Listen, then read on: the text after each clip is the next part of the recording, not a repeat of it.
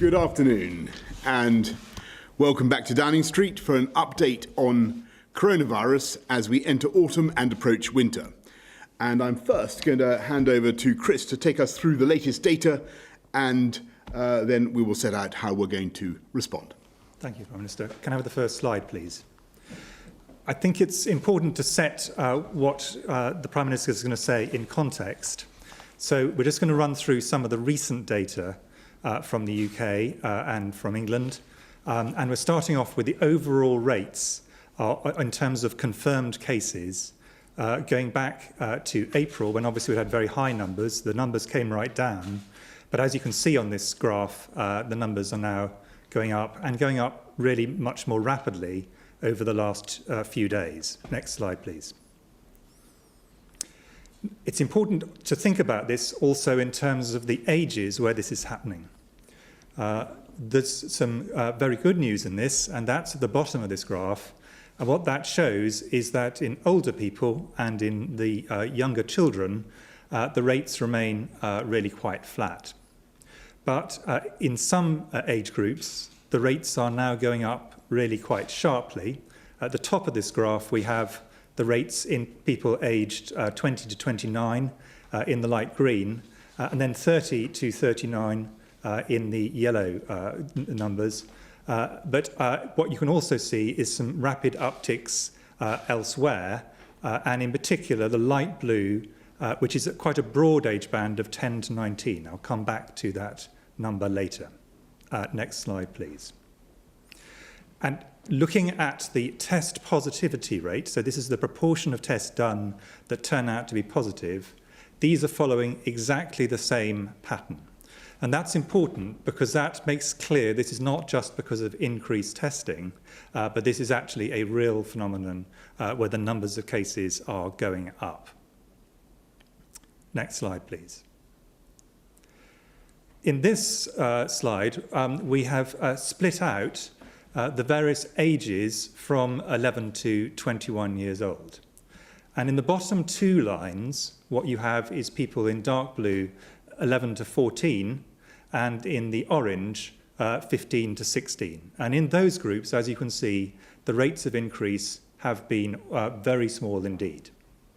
But if you look at the group who are 17 to 18 in the olive colour and 19 to 21 in the magenta colour, both of those have gone up really quite steeply since the middle of August.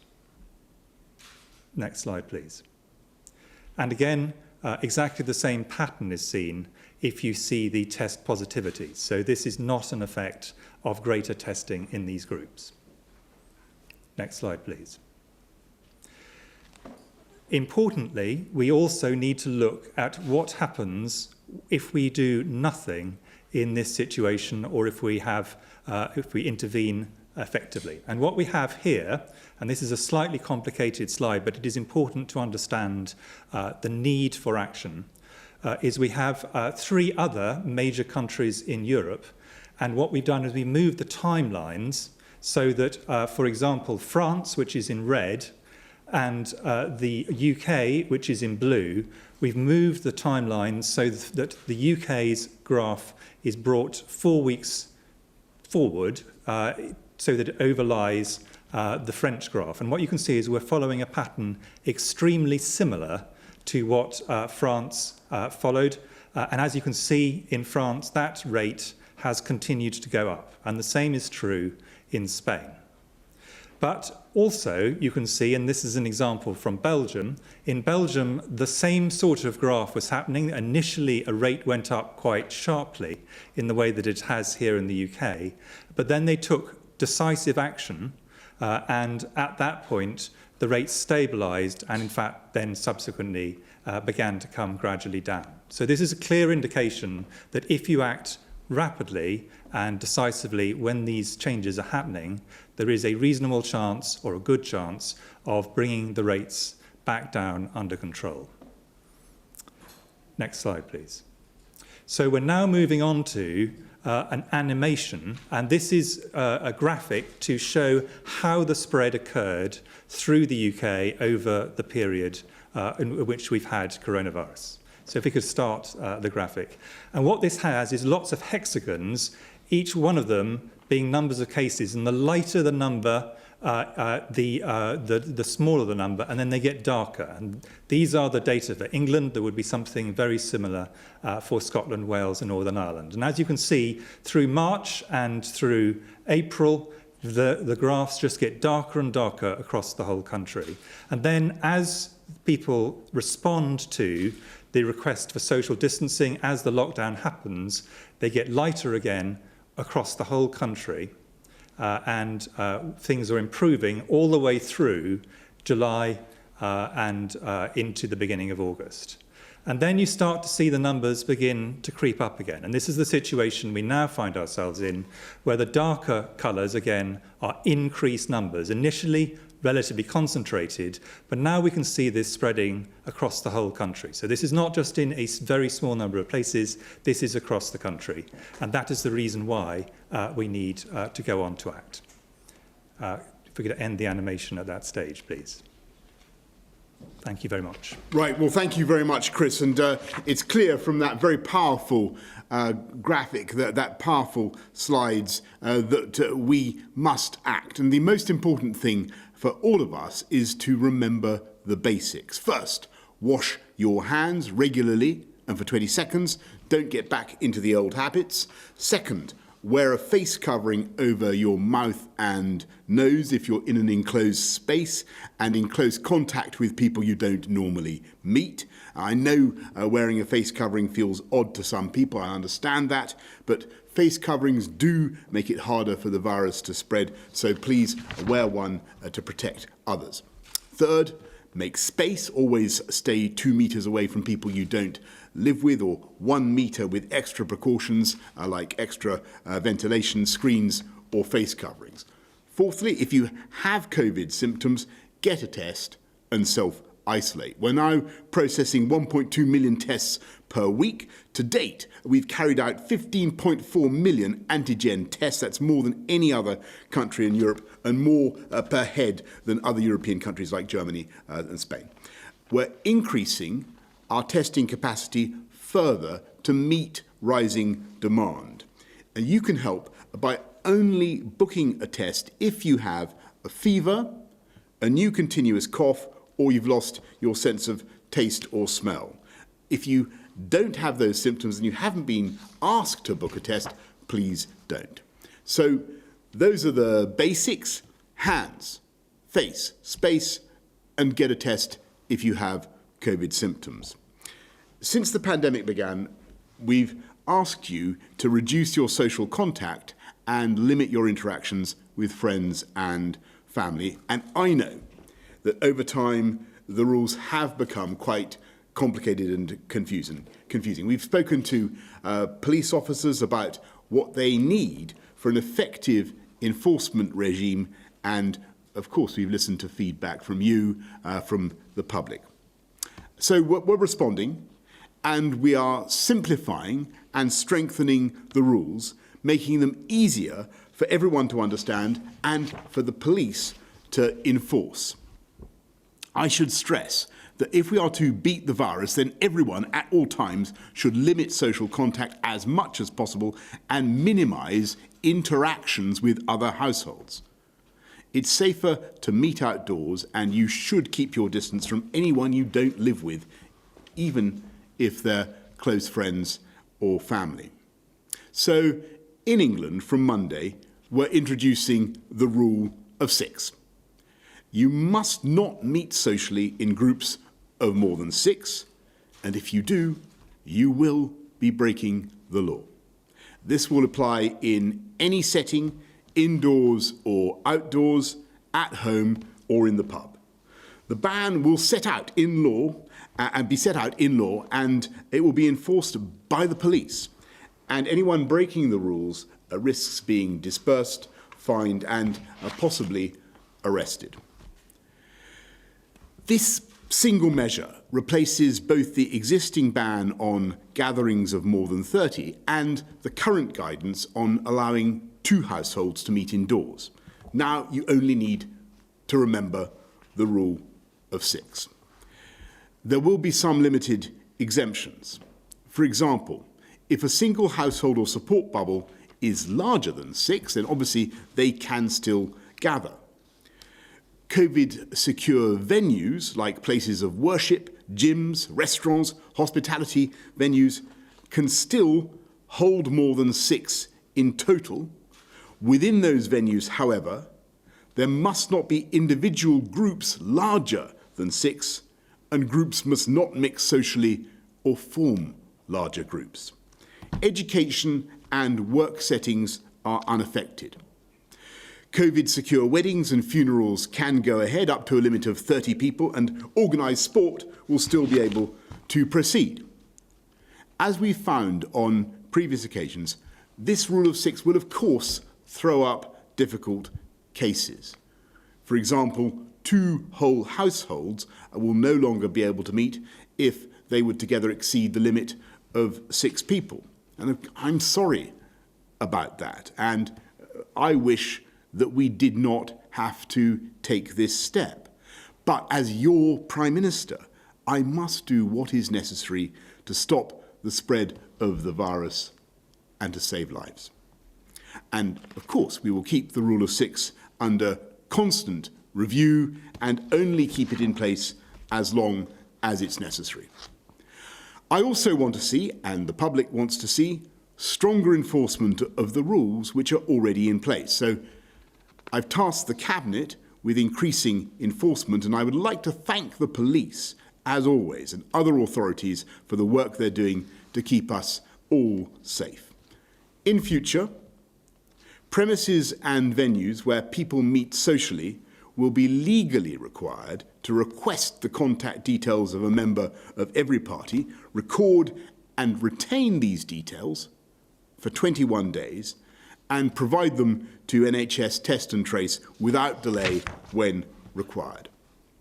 We will support local authorities to make further and faster use of their powers to close venues that are breaking the rules and pose a risk to public health.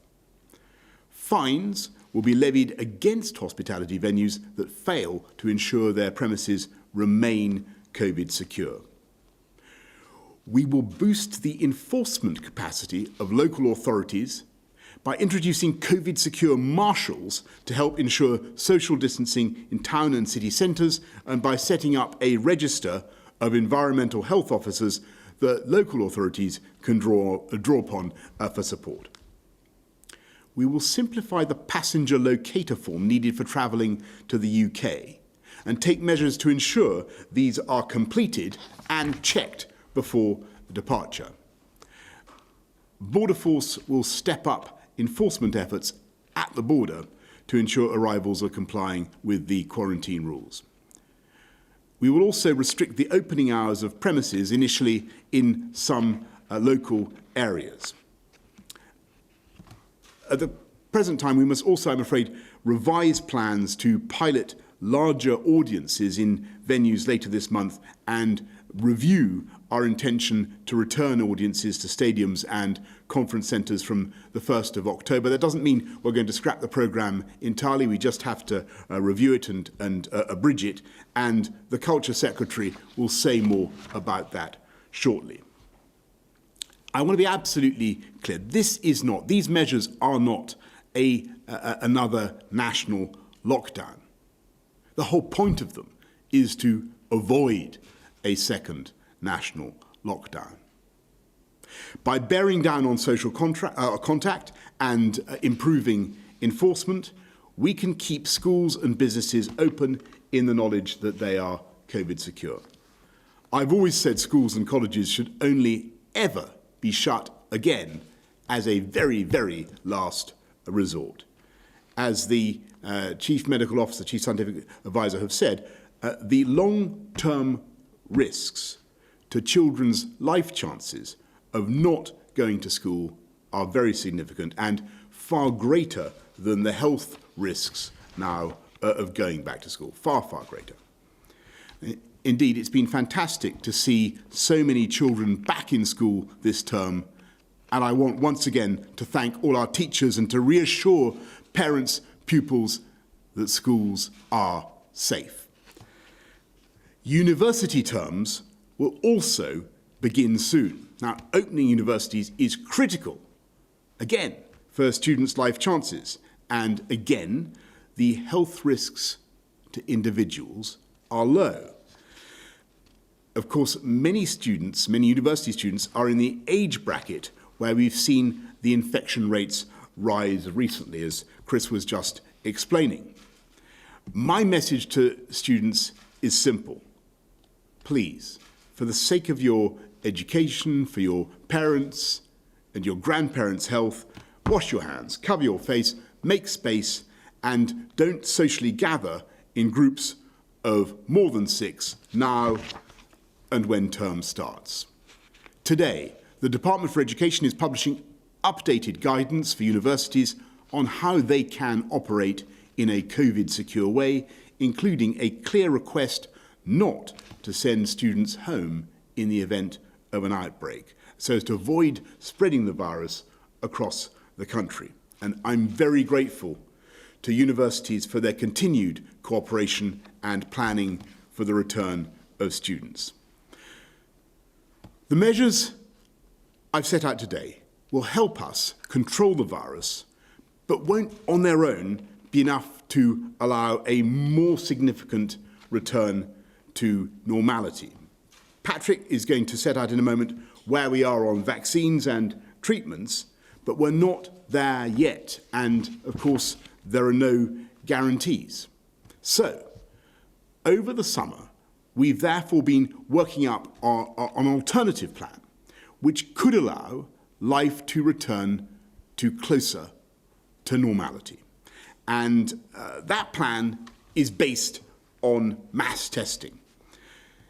Up to now, if you think about it, we've been using testing primarily to identify people who are positive so that we can isolate them from the community and protect high-risk groups. And that will continue to be our priority. We're working hard to increase our testing capacity to 500,000 tests a day by the end of October. But in the near future, we want to start using testing to identify people who are negative, who don't have coronavirus, who are not infectious, so we can allow them to behave in a more normal way in the knowledge that they can't infect anyone else with the virus. And we think, we hope, we believe that new types of tests, which are simple, quick, and scalable, will become available. And they use swabs or saliva and can turn around results in 90 or even 20 minutes.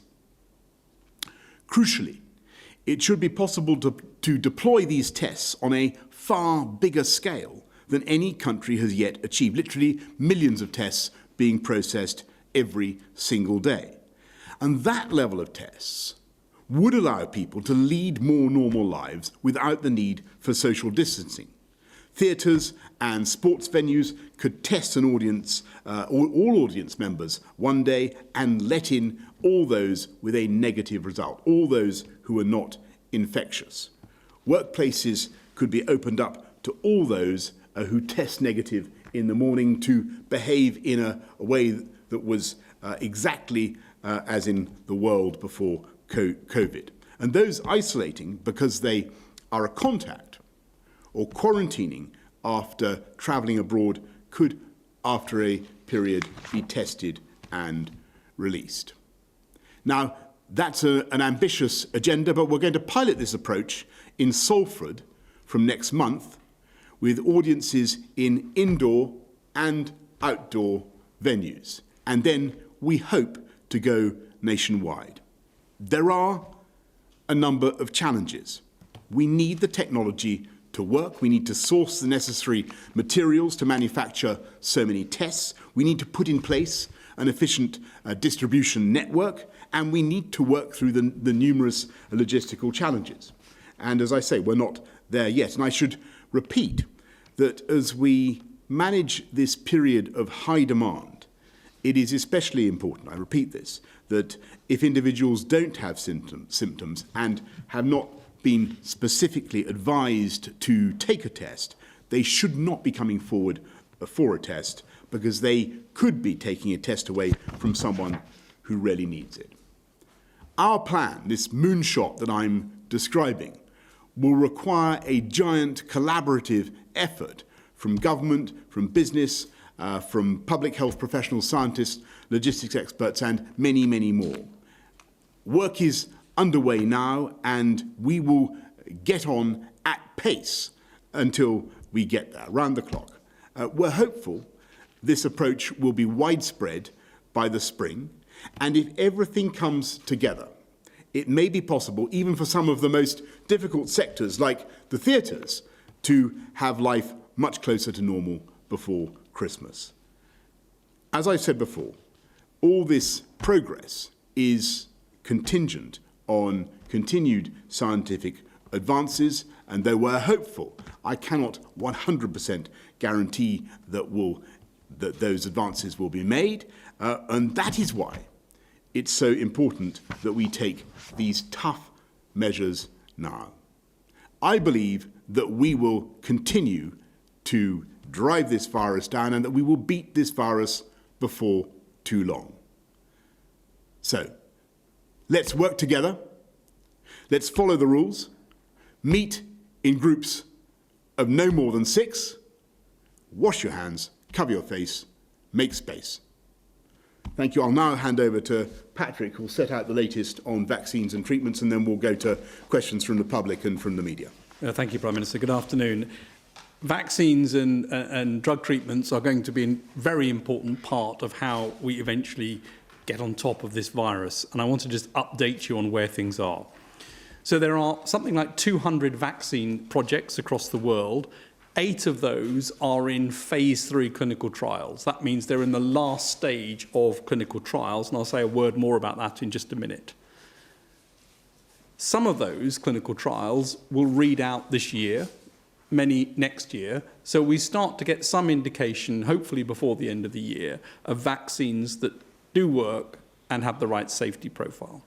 What we do know already is that many of these vaccines are showing the right immune response. So people who have been vaccinated, volunteers who have been vaccinated, are generating an immune response against the virus. We don't know how long that lasts for yet, but the immune response looks good in many cases, and it's seen in the elderly as well as others. That's a very important step along the way of making a vaccine.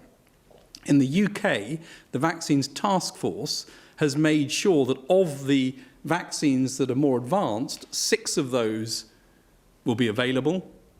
There are options put on getting hold of any one of those 6, and they're in 4 different classes of vaccine. So the Vaccines Task Force has made sure that we've covered different types of vaccine and that there are ways to get the supply, and that the manufacturing base in the UK can be bolstered to make sure that we can also make some of it or do some of the process here if necessary. Just a word about the Oxford vaccine, which has been in the news today. The Oxford vaccine, in many ways, is right at the front because it's been into more people than anyone else. And the trials, as you've seen reported, have been paused at the moment because of an investigation into a potential unwanted effect. That is not an unusual thing in a phase 3 programme. That's precisely why phase 3 clinical trials happen. We need to make sure with these vaccines that they work well enough, and they are safe. And therefore, a pause, obviously, is not good. You'd rather not see any side effects, but inevitably you do see some.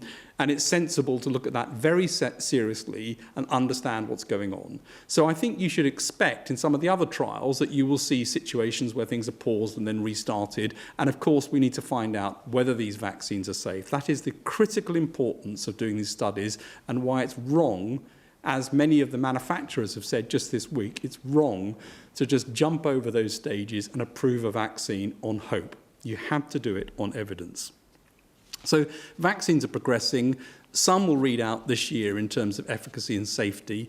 And I think there's a reasonable chance that therefore we can think about the possibility of vaccination next year sometime at larger levels. And that is pretty much what we thought at the beginning, and that remains the case.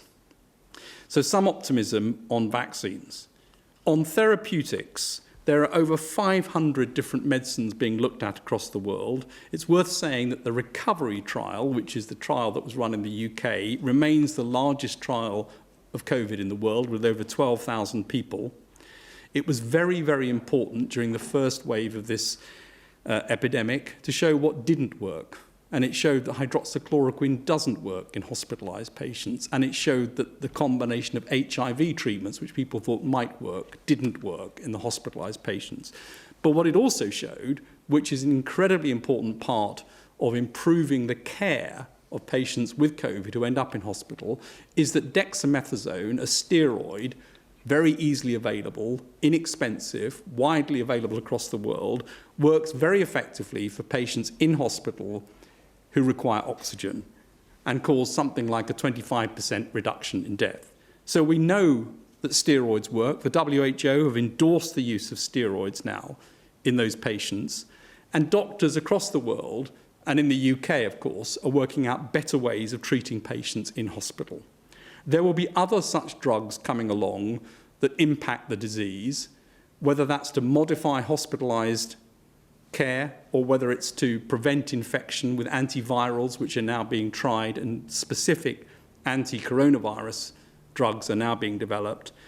And there are produced antibodies, so not ones made in the body, but ones made actually in the laboratory, which can then be given back into patients, that are now being trialled as well, that may have an effect to prevent the virus. So there's good progress on the drug front with, as I say, with steroids, something that is applicable right the way across the world and something which is already having an impact on the improved care that's possible of the disease now.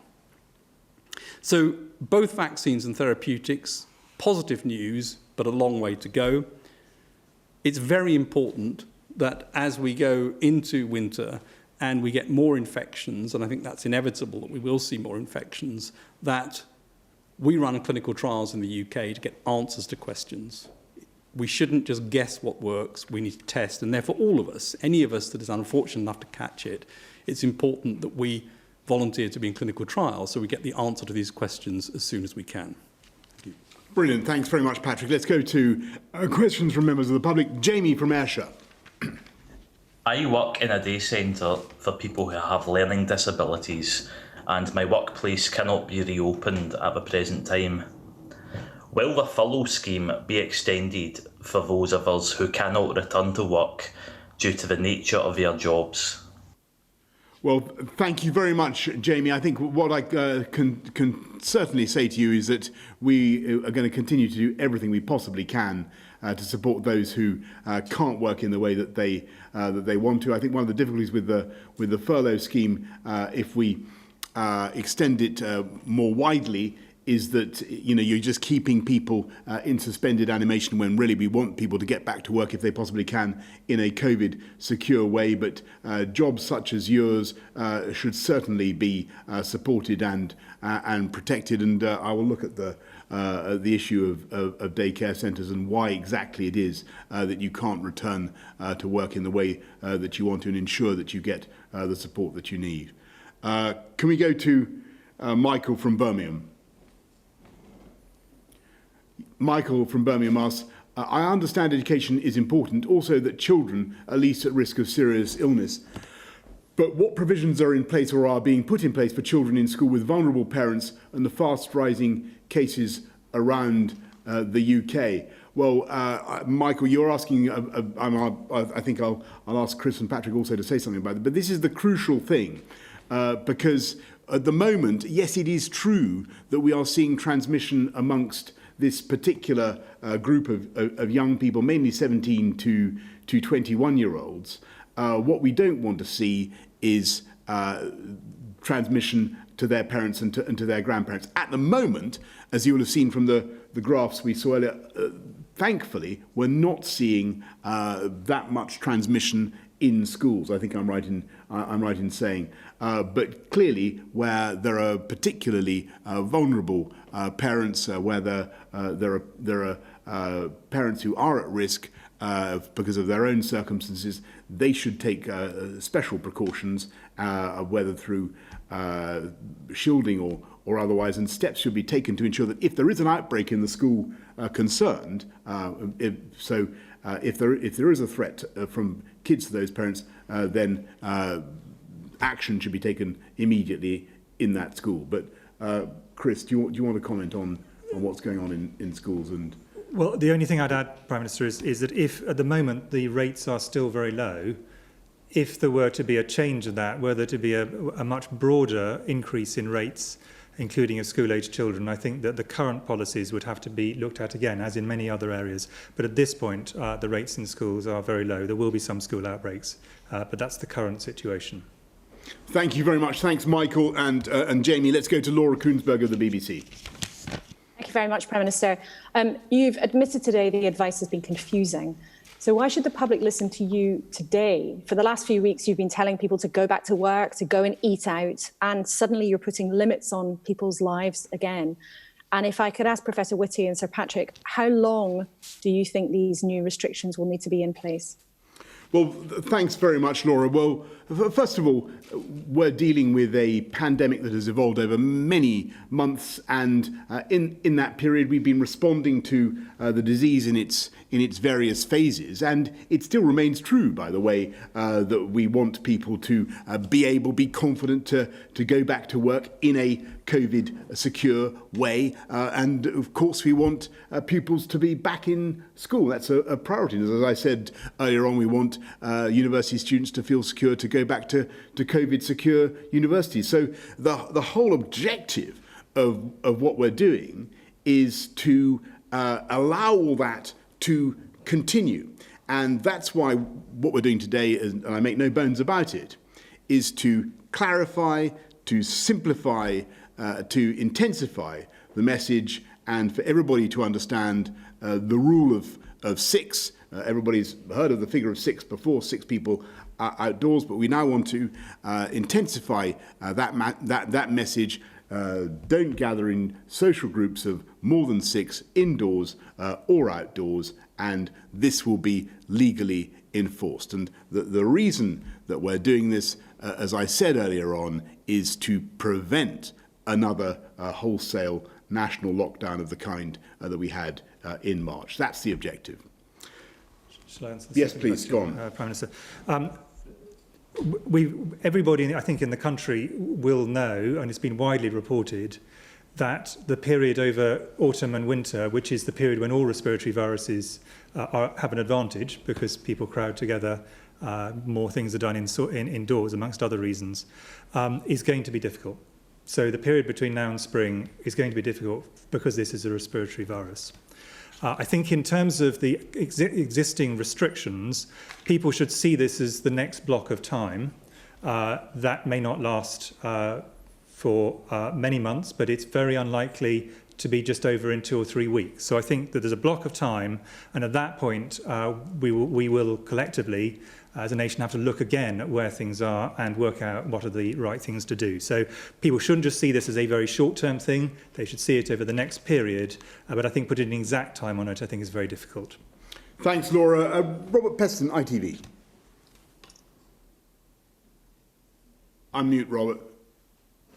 Yeah. Prime Minister, on the 17th of July, you were hopeful that things would be getting back to normal at Christmas.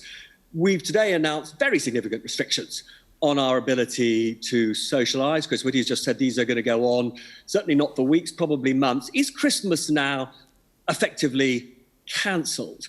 And separately, Prime Minister, Sir John Major, your predecessor as Prime Minister, Sir John Major, has just said that for generations, Britain's word has been accepted by friend and foe, and he says that you're raising the possibility of breaching an international law by changing the terms of the withdrawal treaty would mean that we've lost something beyond price that may never be regained. What would you say to Sir John Major? Well, thanks, Robert. First of all, on the whether we're going to get things back to normal at all by Christmas.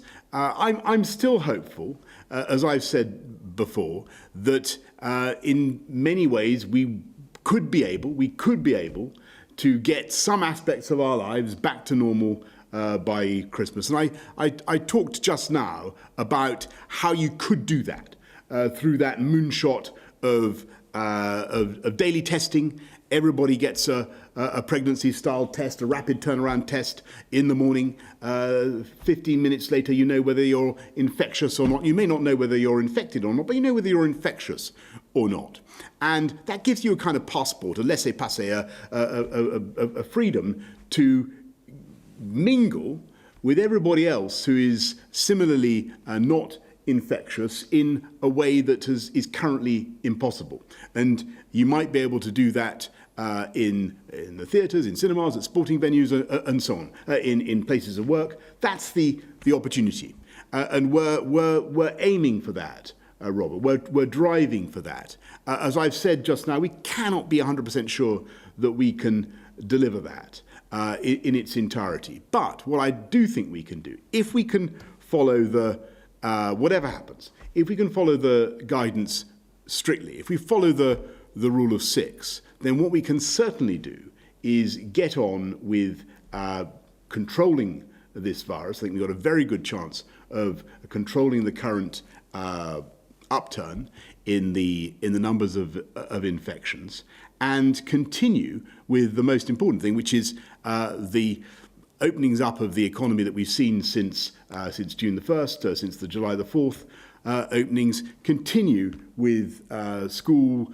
pupils, with students being back at their places of education, which is so vital for their future, continue with the movement forward, the forward movement of our economy. So that's what this measure is all about. It's a stitch in time to save 9. If you like, that's the purpose, and that's why it's important that everybody is so vigilant with the rule of 6. And on your second point, I have to say, of course, I see it very differently.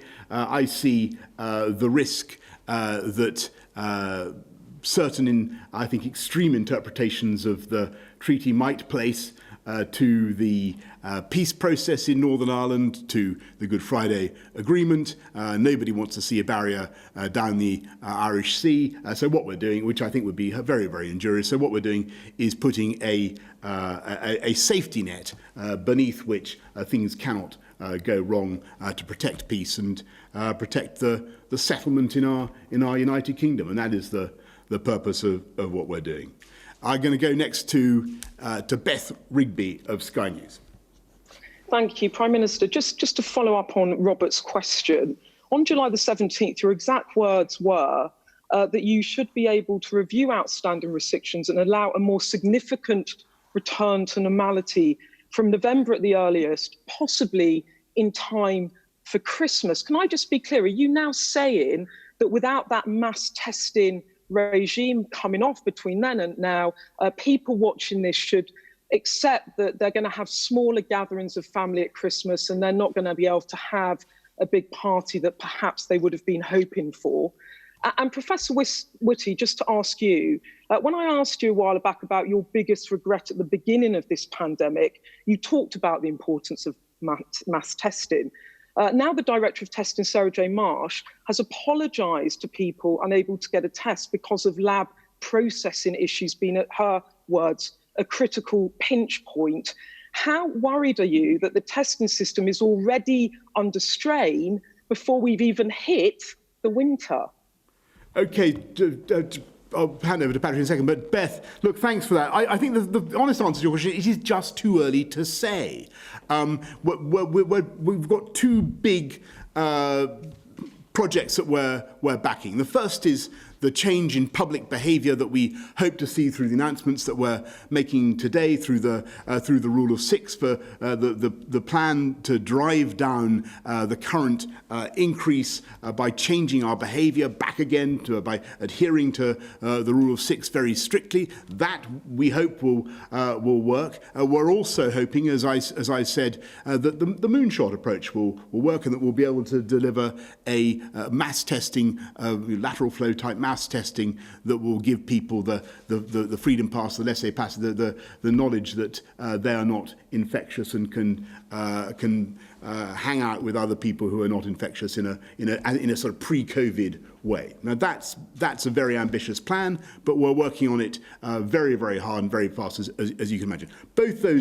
We're backing both those horses, and we're backing them flat out. But the thing we need now is for everybody to work together to enforce the rule of six and get the current spike down. But obviously, we'll keep the public informed about all the progress we're making. Thanks, Chris. Sorry, forgive me, Chris. When we started off the first wave of this in the UK, we had low thousands of tests a day, and that really constrained what we could do, and that was made it very difficult for us to do proper planning. I think what you saw at the beginning of this presentation, depressing though in many ways it is we are now in a much better place. We do actually now have a much greater understanding in considerable detail as to what is going on, and we're able to provide testing across the system. That's the glass half full. Glass half empty is clearly at any point there are more things we could do if we had more testing. Now, the biggest gains are near the beginning because you're moving into being able to test people who've got symptoms, healthcare workers where there are outbreaks and so on.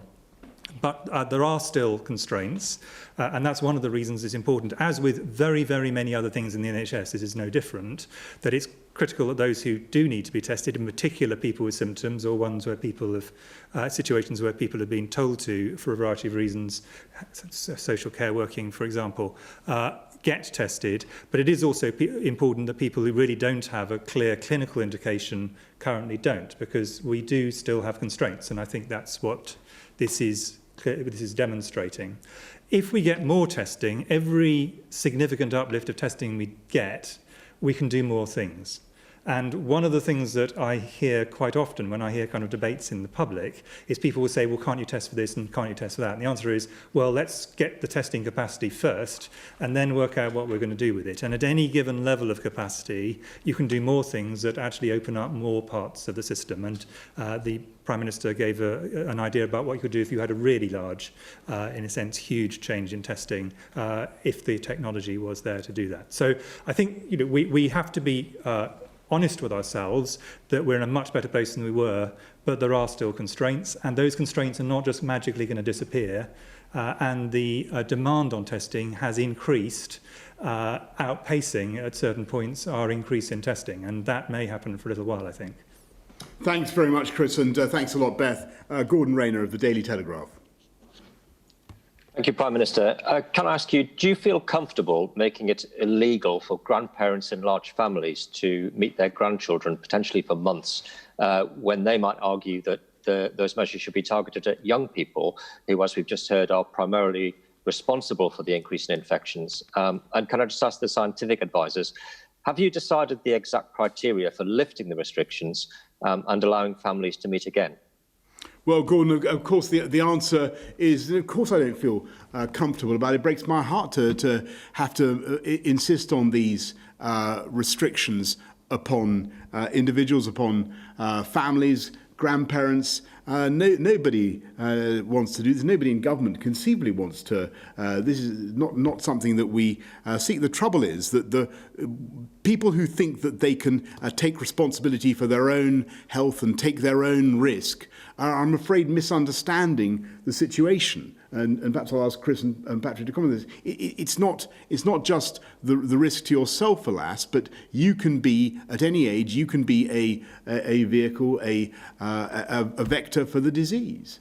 And so young people, as you rightly say, Gordon, are overwhelmingly now getting it, as the graphs just showed, but they are more than capable of transmitting it to the much more vulnerable older generation. And I would love to be able to show you evidence now, Gordon, that the disease has somehow become less dangerous. Yes, it's true we've got better treatments, but I'm afraid if you look at what's happening in some other countries, if you see what's happening around the world, once you get high levels of infection, I'm afraid the deaths eventually start to take place as well. And that's what we must avoid. We've got to protect our healthcare system, but we've got to save lives, and that's what we're going to do. And so that's why we're instituting this very tough enforcement of the rule of six. But I want to stress, Gordon, something that I know that you and all sensible people campaign for. The reason we're doing this is precisely because we want to prevent a wider lockdown, a wider damage to the economy, and that's and indeed I think the more decisive the action we can take now, the greater the chance and the nearer will be the day when we're able to allow grandparents and others to meet each other in a way that they would want to. But we have to take decisive action now. Can I maybe respond to some of the other points? I mean, young people have a very, very low risk of death in this. I mean, really very low indeed. But it doesn't mean that young people can't get ill, and we increasingly recognise that some of those may be ill for a prolonged period. The second point, which the Prime Minister's made, is that if you look at other countries, the spread amongst the young soon changes to spread amongst older people, and therefore, when you look at the curves, you see an increase in positivity amongst young people. You then get the spread to older people, you then start to see hospitalisations go up, and you then start to see the deaths go up. And that's really what we need to make sure doesn't happen. So the containment of that is really very important. And in terms of how you then reverse this, I think the data which Chris showed tells you that you need to monitor this continuously. And we need to see the R coming back below 1, we need to see cases going down, and you need to respond to what's happening, not to judge what can happen in the absence of evidence. You need to monitor this very carefully. Thanks very much, Patrick, and thank you, Gordon. Mesa Hall, Daily Express. Thank you very much, Prime Minister. If I could ask the scientists, you've talked in the past about the limited public capacity for putting up with social distancing and the dangers of fatigue. Do you think we're now reaching that point where people can't, or some sections of the community can't endure it anymore, and we are going to have to become more draconian? And Prime Minister, a lot of people are going to conclude that we're going backwards from what you've said today. Are you worried that what you've said is going to cause more anxiety about return to work, and that will have an impact on the economy? Well, can I just answer the Mesa before I hand to Chris and Patrick? Just to say that the whole objective of this step is to allow us to keep going forwards. If you look at what we're doing, we're concentrating on trying to limit people's behaviour in a way that I think, alas, has been causing transmission from household to household. With the best will in the world, people have not, I'm afraid, been totally following the guidelines. I think observationally, people will attest that we don't want. I certainly don't want to blame people, but now is the time for us to focus, to concentrate, and to enforce the rule of 6 precisely, Mesa, so that we can keep going forward with the economic openings up that we've been able to do, and with getting kids back into school. And actually, if you mentioned confidence, I think it's one of the best things that's happened in the last couple of weeks is that parents, teachers, pupils have really risen to it, and the numbers I'm seeing are it's 99.9% of schools are open now. I mean, we can build on that, and I think something like 89% of pupils are back in school, perhaps more in some places. That's confidence in action, and very happy to see it. Overwhelmingly, I think the response of the British public has been absolutely magnificent over this, and people have taken great hardships, economic and social, and we all have to be really aware that the things that have to be done to keep this virus under control until we have the technologies, the drugs, the vaccines, the tests that the Prime Minister and Patrick were talking about, are damaging.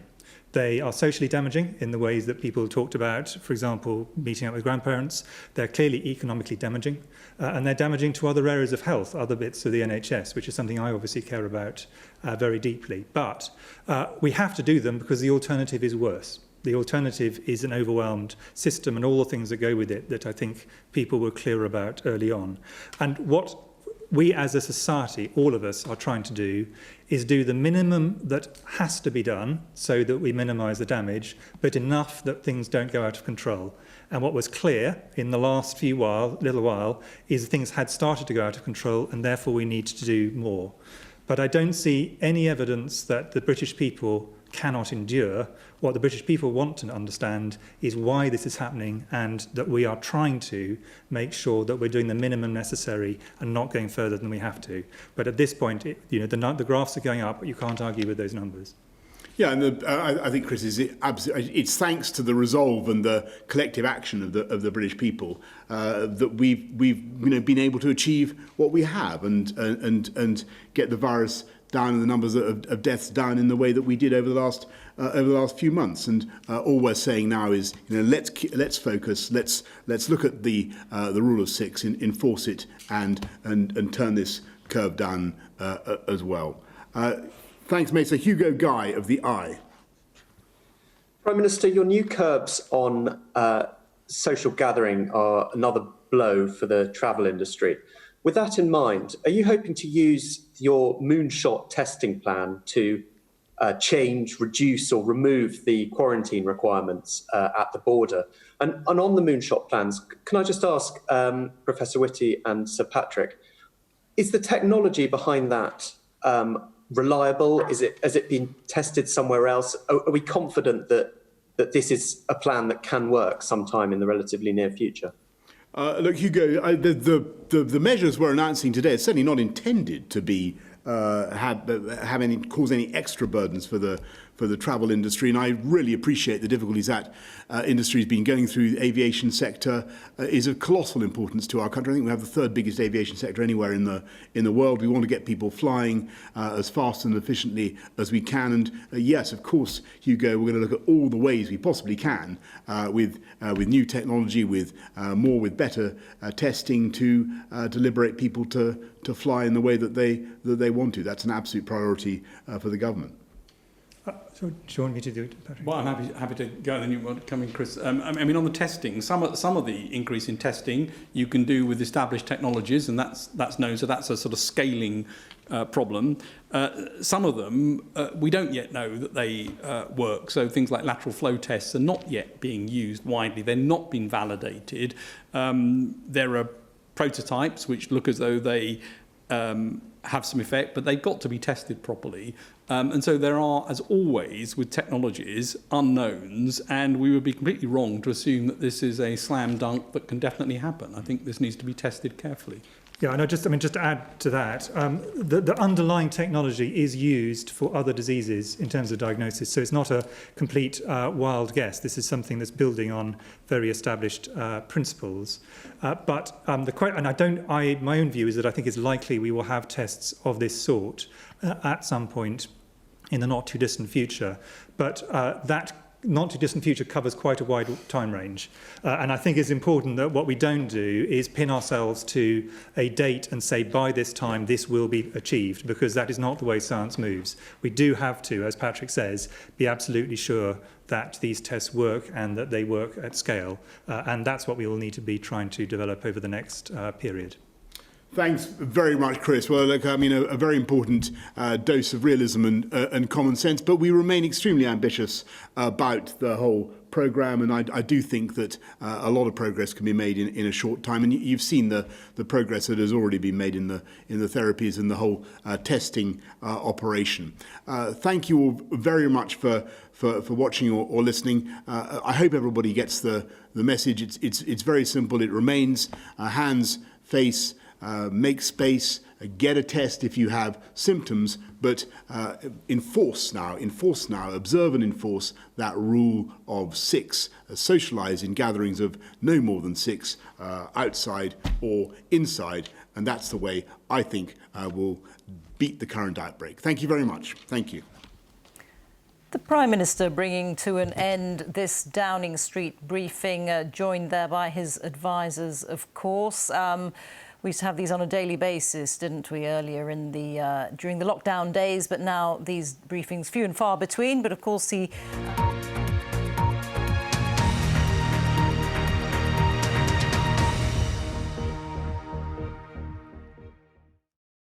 See the headlines as they happen and watch BBC News live in the app and get the full story with bbc.co.uk/news.